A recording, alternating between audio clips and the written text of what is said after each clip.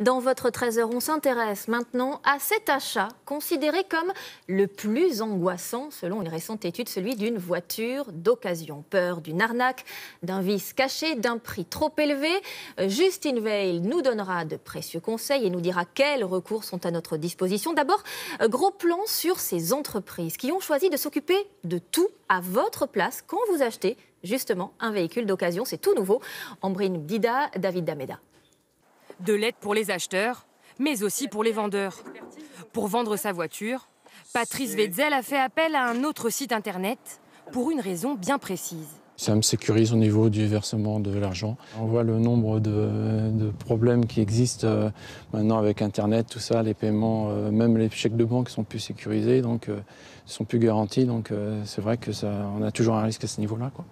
Sécuriser la transaction, c'est la promesse de cette entreprise. La vente n'est acceptée qu'une fois l'argent reçu.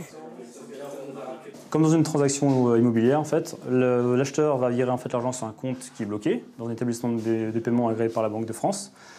Ici, par exemple, vous avez un acheteur qui a versé la somme d'argent de 12 600 €.